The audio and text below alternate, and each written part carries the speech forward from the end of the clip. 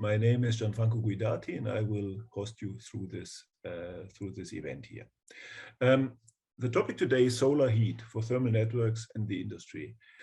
And we have a very competent speaker today. It's Florian Ruesch from SPF, from the Institute of Solar Technology in Rapperswil. So, Florian, I'm very much looking forward to your presentation, and the floor is yours. Thank you very much, Gianfranco, for the invitation and for the presentation, of course. I'm happy to present you some overview and introduction on solar heat for thermal networks and the industry. I start with the first overview on the content of this presentation. I start with an introduction, of course. Then I will focus on solar heat for thermal networks with some slides on potential and costs, then a combination with biomass, then regeneration of borehole fields in low temperature district heating and cooling networks, and some slides on systems with large solar fractions. Then there will be a bit of change in topic to solar process heat, also with some potential and examples. And within this topic of solar process heat, some comparison of solar thermal and PV and heat pump, and also some slides on the combination of solar thermal and heat pumps, then conclusion and outlook. But now I start with an introduction. Here is an overview on the large scale solar thermal installations worldwide from the latest IEA solar heating and cooling report from last year.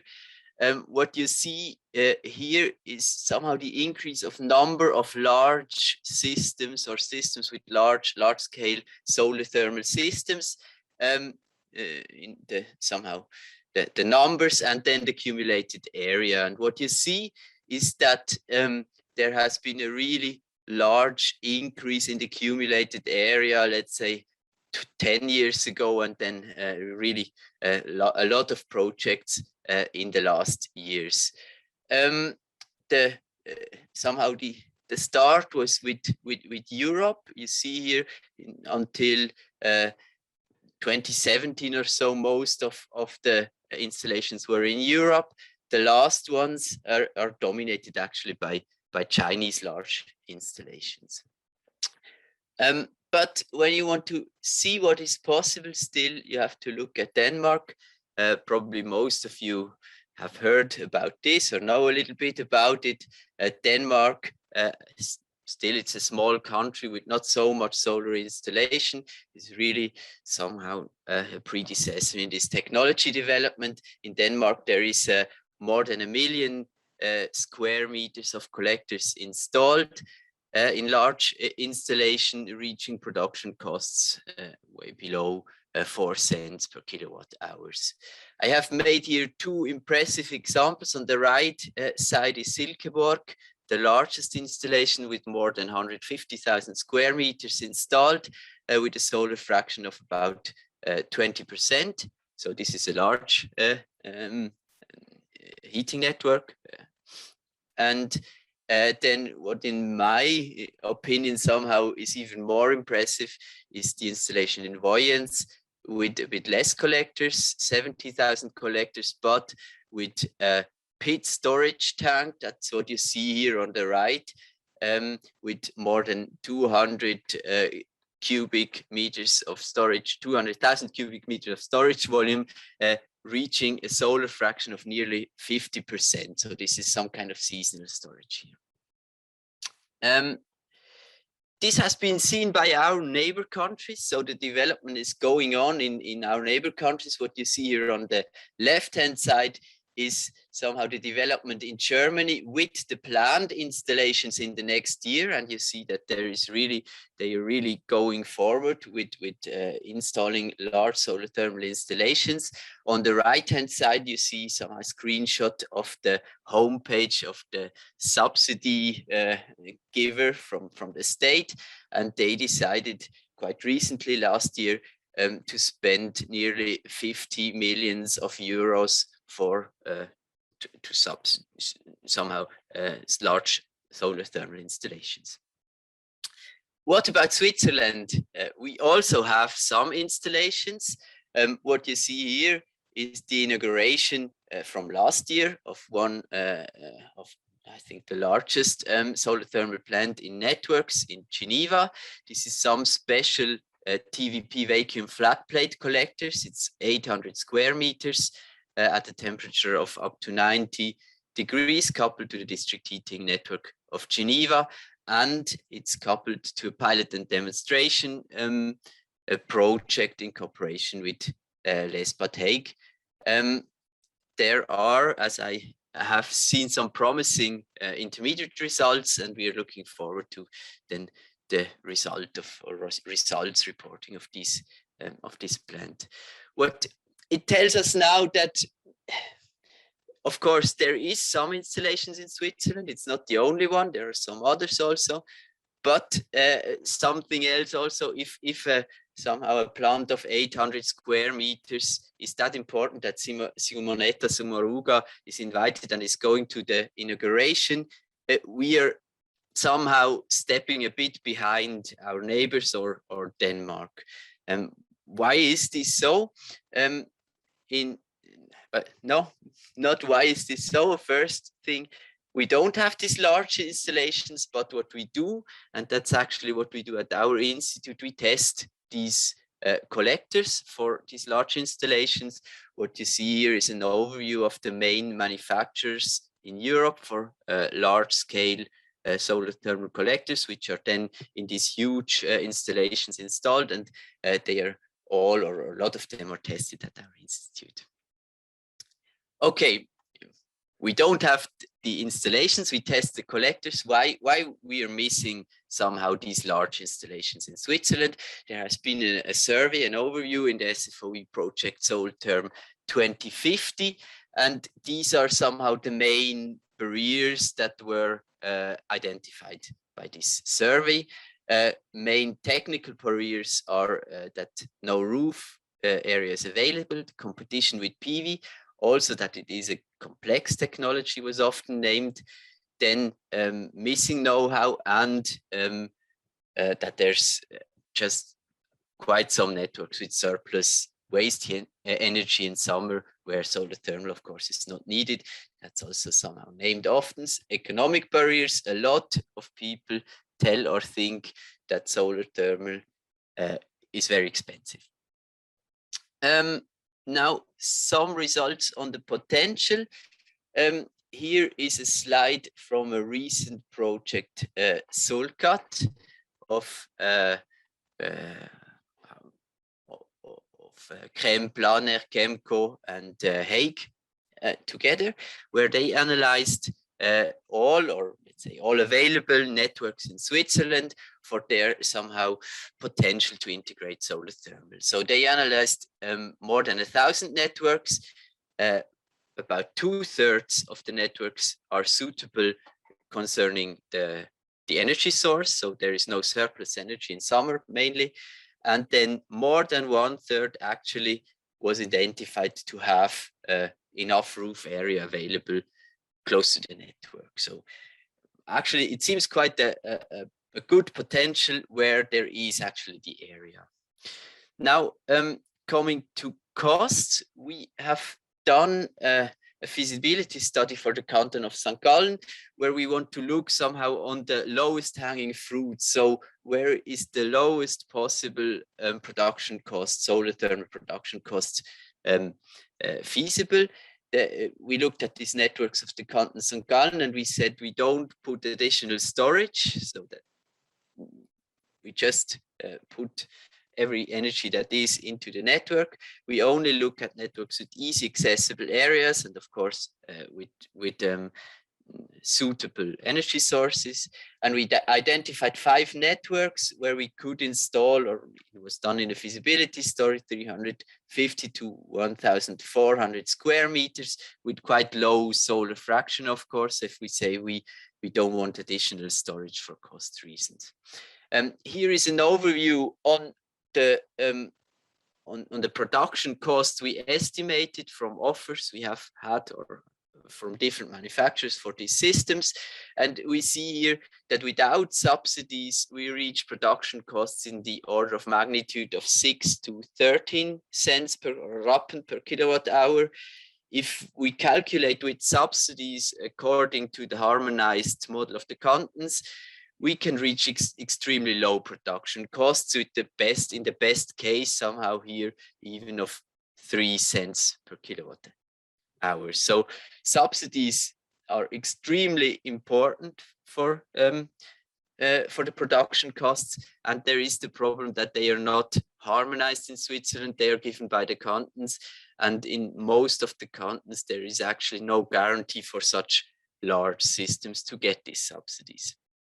If we compare this now to other heat sources, for example, fuel costs for oil, of course, you all know this is fluctuating a lot, but this is somehow the mean cost when you look at the statistics available from the SFOE, is about 8 cents, and we all know that in the actual situation it's rather rising than falling.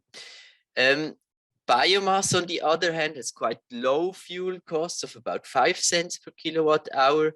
But if we look at the heat production cost, also biomass then has cost somehow of about 11 to 14 cents per rappen per kilowatt hour.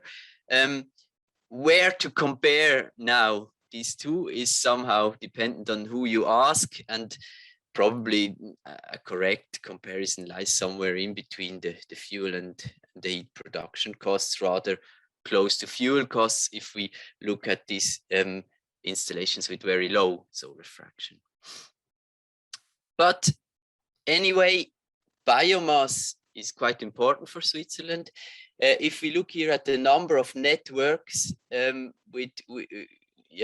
divided by heat source, main heat source, you don't have to look or read all these sources exactly, but what you see is that biomass is about 2/3, or wood is about 2/3 of the networks in Switzerland is based on wood.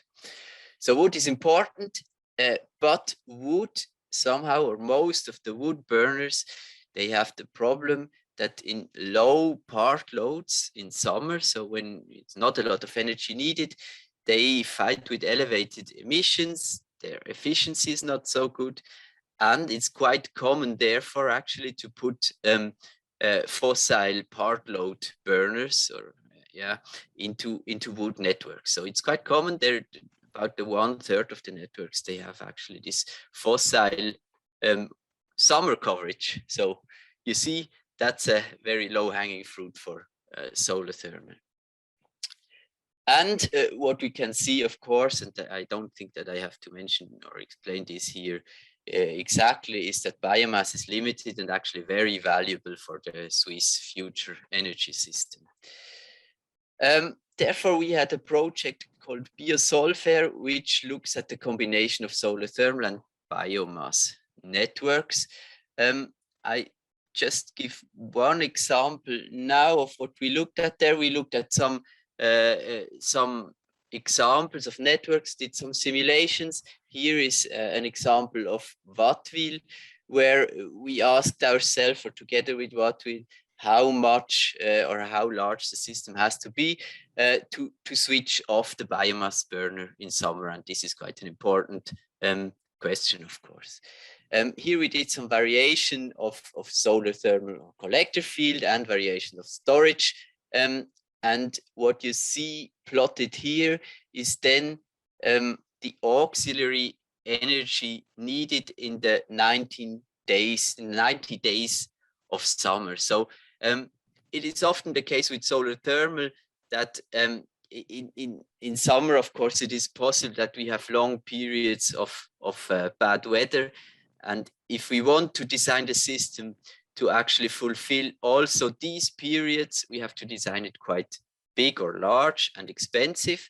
Therefore, we want to design it in order to use just a little bit of auxiliary, and this could be then fossil or another storable renewable fuel. For this network here, we somehow compared this to the fossil load which is needed during a revision. So the biomass burner is revised always in summer, and during that time we need oil anyway to replace it, and that's about the 40 kilowatt hours which are needed there. And we see that with about 3,000 square meters of collectors and 300 cubic meters of thermal energy storage, we are below this limit. When we design a system like that, we can reach a solar fraction of 18%. And what is quite important, we reduce the cyclings of the biomass burner. If we switch it off during 90 days in summer, we reduce it from 220 to 130 cycles. Because we need here additional storage to switch off somehow the biomass burner. The cost is a bit larger, even though it's quite huge installations. Without subsidies, about 8 cents, and with subsidies, it's a bit more than 5 cents of production cost, which is somehow reachable, of course, with quite some insecurities. Some other results from this project is actually that, but maybe a bit not with graphs or so, is that stagnation cooling instead of very large tanks. So to allow some stagnation and cool then the collectors down is economically more attractive than large storage tanks. And some other result is, for example, if we have the installation not in a central place, but in a decentralized way on the outer parts of the network, we lose some efficiency. This is about up to 10% of efficiency, which is lost. Without going into details of simulations and where this comes from, who actually is interested in here is a link to the final report of this project. Now I change a little bit topic, but in the district heating system, I show here a graph of the evolution of district heating systems in Europe. This has already been presented by Tobias Sommer in one of the predecessing talks. We see from the 1st to 5th generation that there is an evolution in thermal networks with lowering the temperatures, increasing efficiencies, and from 4th to 5th generation, integration of large scale solar thermal. So that's what the international development somehow is going to. And then what we are actually Switzerland, we can say Switzerland is is somehow a technology leader in this 5th generation networks. This means bidirectional networks, cold or low temperature networks for heating and cooling. Therefore, it's not surprising that actually the largest installation, the largest solar thermal installation is actually Swiss solar thermal installation is actually coupled to such a 5th generation or low temperature network in Suurstoffi. It is not the classical solar thermal installation, but it is a PVT installation. So PV electricity production coupled with low temperature, somehow thermal energy harvesting. The installation has 3,500 square meters nearly, is in operation since 2016 and is used for the regeneration of the borehole field, which is somehow the main source of this low temperature network in Suurstoffi. So this is somehow an outstanding example of Switzerland.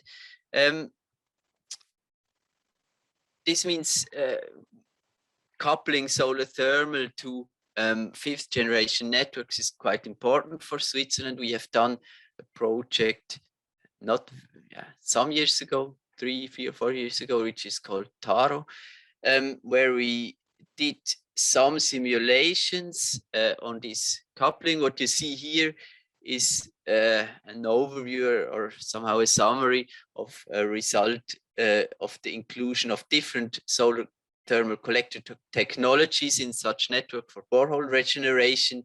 The reachable on the left hand side, the reachable regeneration fraction as a function of the collector field size, but the relative collector field size relative to the peak demand somehow. Of course, this is a bit dependent on the design, the sizing of the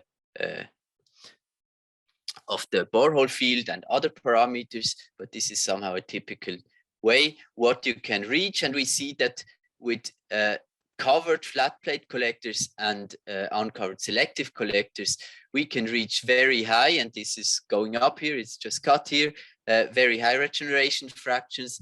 With uncovered technologies as such plastic uncovered collectors or PVT collectors, this curve is flattening, and we need much more area to cover 100% regeneration. Now, of course, if we have large borehole fields for entire networks, we actually need somehow 100% regeneration to ensure that this field is not cooled down on the long term. So on the overall, we need somehow 100% fraction. And what we see here, if we need this on the second graph, is that we also reach quite elevated temperatures. So for these uncovered collectors, about 34, 33, and for the covered 28, but that's somehow temperature we need to reach in order to be able to have a full regeneration. And this is, from my point of view, quite an important fact that then we actually have quite strong limitations on the free cooling potential of such networks. This is important because low temperature networks are actually let's say they are financially interesting if you can use them for heating and for cooling.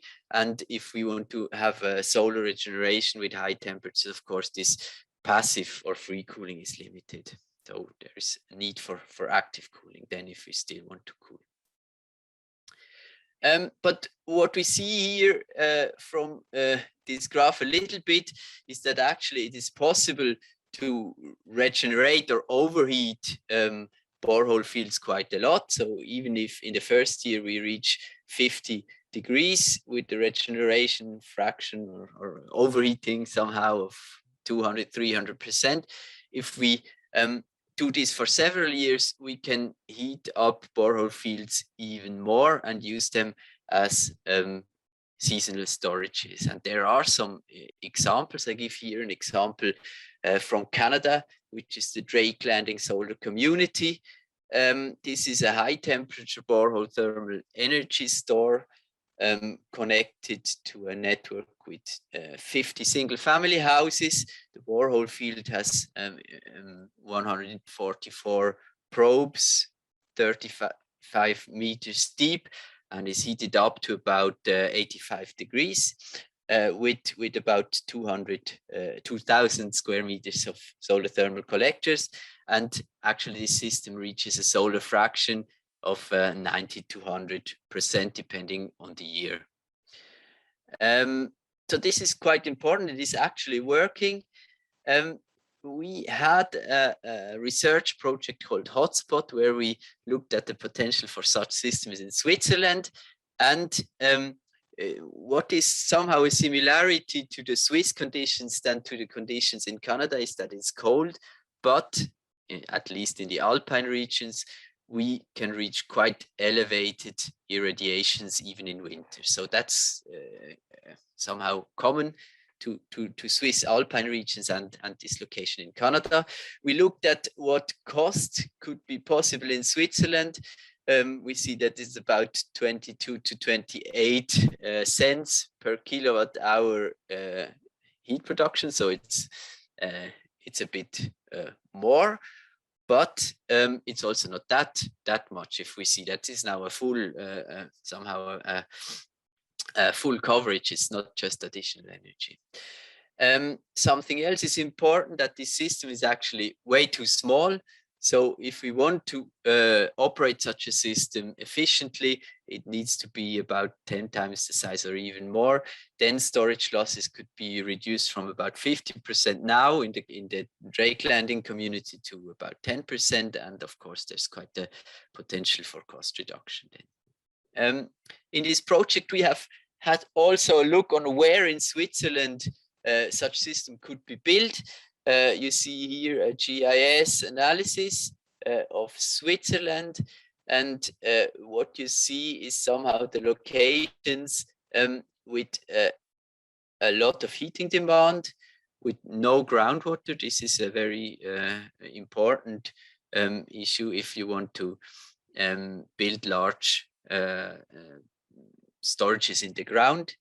And then the color, you don't see here a lot of color, but there is with solar of the solar irradiation.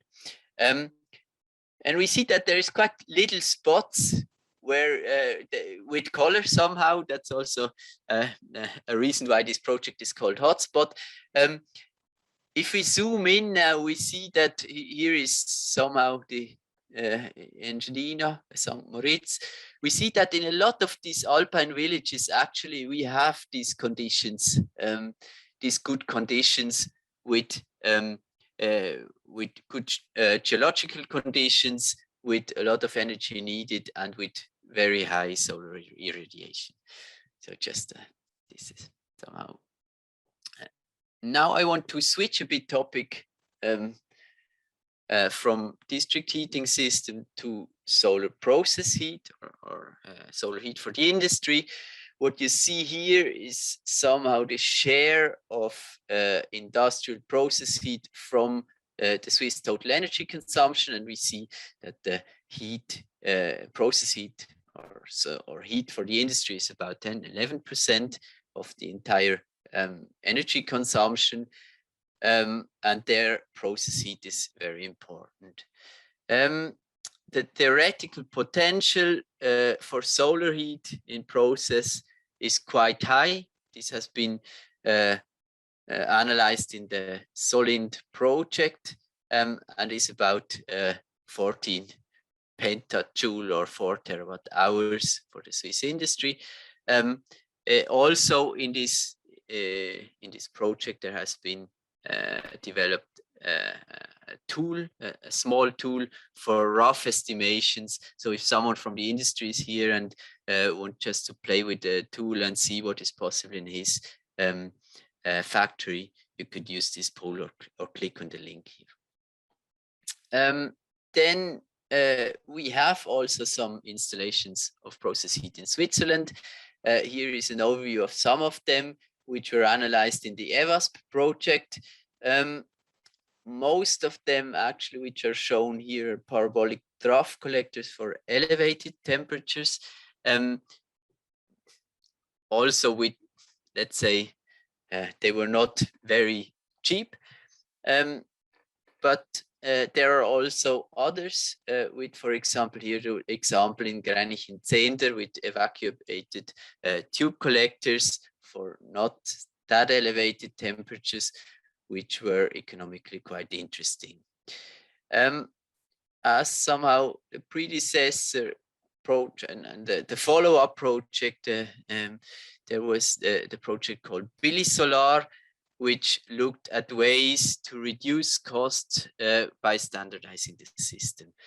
This project was done together with HS Lubert Wellig, and we looked at also, we looked really at examples, at 11 concrete examples factories. I show you here now the production cost of solar heat, somehow a similar cost than for solar thermal networks. This is for one example, company 6, but it doesn't matter so much.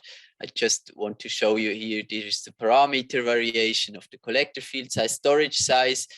Without subsidies, we reach numbers here. That's maybe important. This is now in in Swiss francs per megawatt hour. So this is about 9 to 10 cents per kilowatt hour. With subsidies, we reach about 6 cents per kilowatt hour. This is very similar to the costs from the network, but a bit higher because of higher temperatures. But I show you this now because we did in this project also some kind of comparison to heat production with PV and heat pumps. So if you have an area which you want to cover with solar thermal, of course you can cover this also with PV and run a heat pump with it. Here also some estimations on the heat production costs. Then what you see here is that the numbers are also quite low and close to the solar thermal with subsidies, but somehow in between these two numbers. Of course, there is a lot of insecurities or a lot of variations where you cannot know exactly, but somehow similar costs in between solar thermal with and without subsidies. Here's a graph just on the sensitivity analysis. I don't want to go into detail here, but just to show you, of course, this cost is quite variable depending on the situation.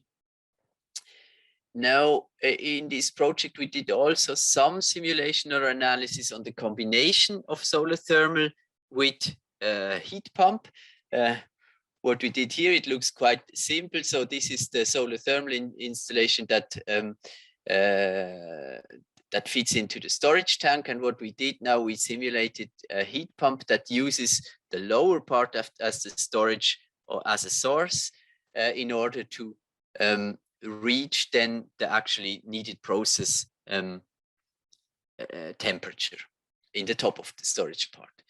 So when you run such a heat pump, of course, it seems a bit strange or weird, but what you do is actually you cool down quite a lot this lower storage volume, and maybe you know or maybe not, solar thermal collectors are the efficiency of solar thermal collectors is very much dependent on the temperature. So if we lower the temperature in the lower part here of the storage volume for this process now from about 70 degrees to 20 or 30 degrees, we can increase very much the efficiency of solar collectors.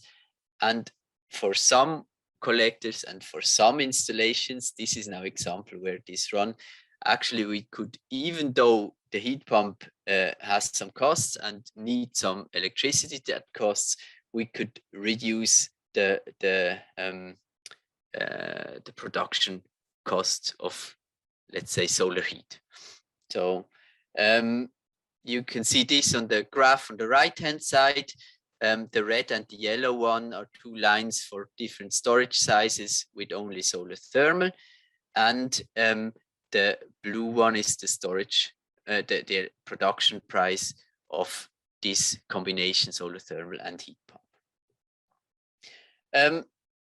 This only works for very special cases and for flat plate collectors. With vacuum collectors and with other temperatures, for example, if we already have lower return temperatures, this is not working, so we don't reduce the cost.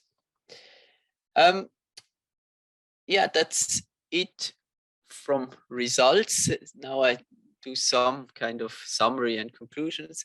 I think to conclude, the situation in Switzerland, or the situation is that internationally there is really a boom of large-scale solar thermal installations. Still a bit a low level, but there is really a boom on it. In Switzerland, we have some examples of classical solar thermal installations for thermal grids and the industry. Switzerland is somehow a pioneer country, a predecessor country with PVT or uncovered collector technologies, also connected to low temperature grids. But I think this is quite important for district heating and for solar process heat. I think there is quite some potential to reach low production costs and to somehow do a lot of installations. As an outlook, from really a personal outlook, what I think is needed or where effort should be going to, as we see, we are a bit behind international status. So What we need is actually more demonstrators in Switzerland to show that it's actually possible. There, I think integration of decentralized installations is important, because still in Switzerland it's a bit difficult with the free land installations, and yeah, a lot of roofs are actually available, and we should look to integrate the roofs, which are not always close to the station. But what I think is important, that we should go into this direction, to go away from roof towards fields installations. The laws are not that clear concerning solar thermal installations, whether we can go to farming land or not. And I think there are ways somehow to go into maybe not the very expensive building land in Switzerland, but to find other somehow field installations. Just to mention one demo from DeCarbCH, where we handed in a P&D project application, is a new demo together with EMI for solar thermal process heat with PVT vacuum flat, TVP vacuum flat collectors. A focus on research or development, I think, will be or should be set to the combination of solar thermal and heat pumps. Of course, I think for Switzerland, heat pump is very important, and we should look at good combinations of these two technologies. We should go into larger installations with larger solar fractions. Of course, this development is very much linked to the development of large-scale seasonal storage tanks, where we had a launch talk, I think, the first one this year by Jörg Warlicek before. And then what is also not to be forgotten, I think, is the combination with the growing cooling demand. Okay, that's it from my presentation. Thank you very much for the invitation and for listening. And yeah, thank you all the partners we had. I don't name all the research partners, but yeah, thank you very much. Okay, thanks a lot, Florian, for this excellent overview.